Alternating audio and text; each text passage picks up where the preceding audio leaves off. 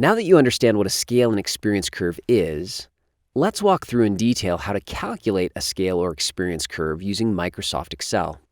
Imagine that you are trying to sell more semiconductors around the world and are trying to figure out how much your cost per unit decreases with each doubling of your accumulated volume or experience.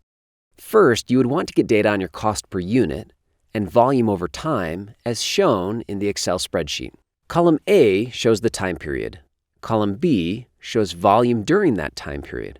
Column C shows accumulated volume since you started producing that particular semiconductor. And column D shows cost per unit expressed in constant dollars. Here's how you would calculate an experience curve with these data using Microsoft Excel.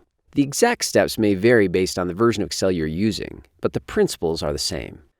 First, create a scatter plot by selecting Insert, then Chart, then Insert Scatter, then Scatter.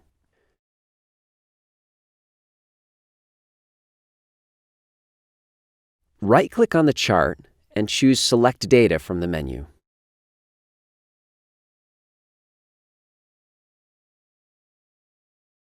Select the cumulative output data for the X values and cost per unit for the Y values. Once the appropriate data has been selected, click OK. The resulting graph should show some relationship between cost per unit and cumulative output, like this chart. While the graph is visually appealing, it is not very useful on its own in determining how cost per unit decrease as cumulative volume increases.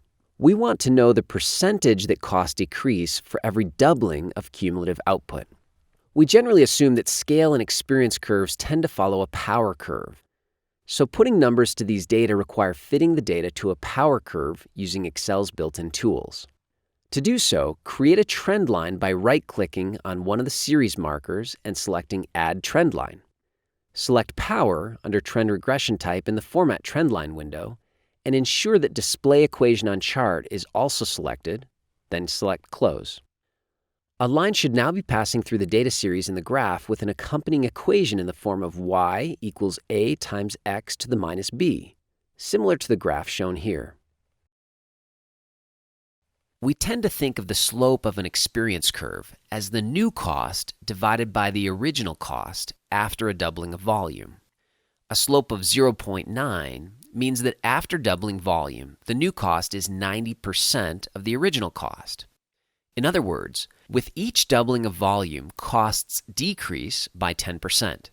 The equation for the slope of the scale curve is 2 to the minus b, where b is the exponent in the equation shown by Excel for the best fit line.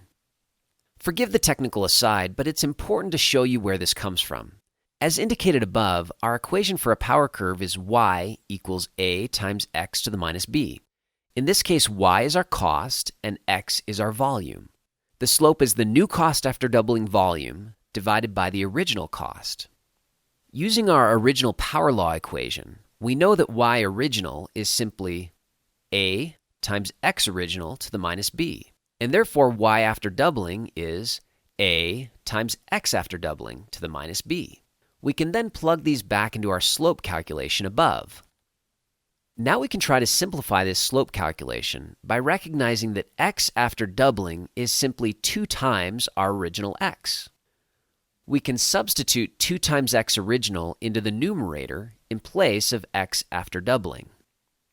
We can then distribute our exponent in the numerator and do some rearranging to get here. And now we can simply cancel the a times x original to the minus b on the top and on the bottom, and we have our equation for the slope of a scale or experience curve as 2 to the minus b. Let's take this one small step further. We can now calculate the decrease in cost from each doubling of volume by simply subtracting our slope from 1.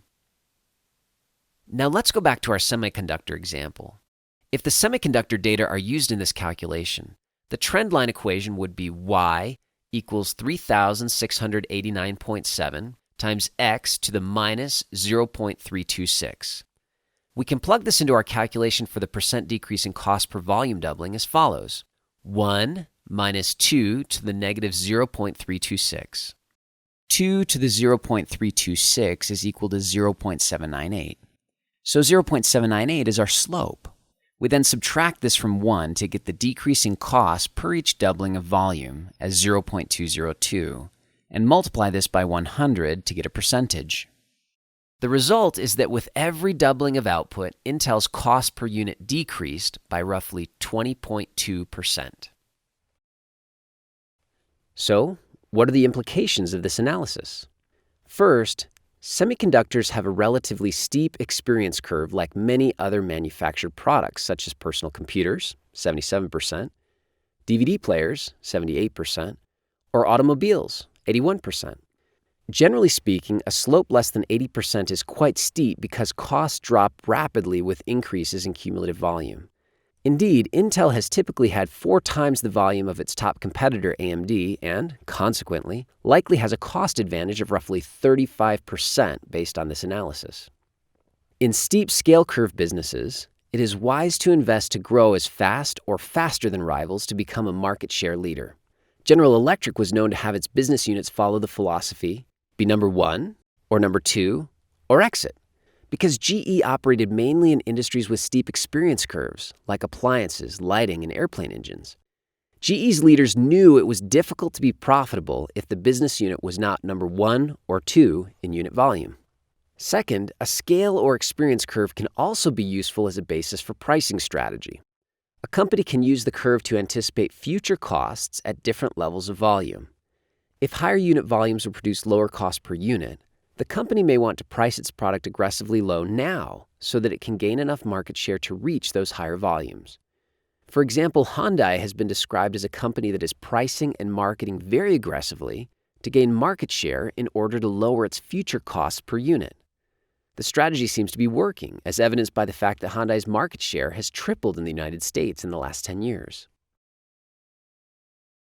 In summary, a scale curve or experience curve analysis provides valuable insights into the relationship between volume and costs, insights that can be used to make important strategic decisions.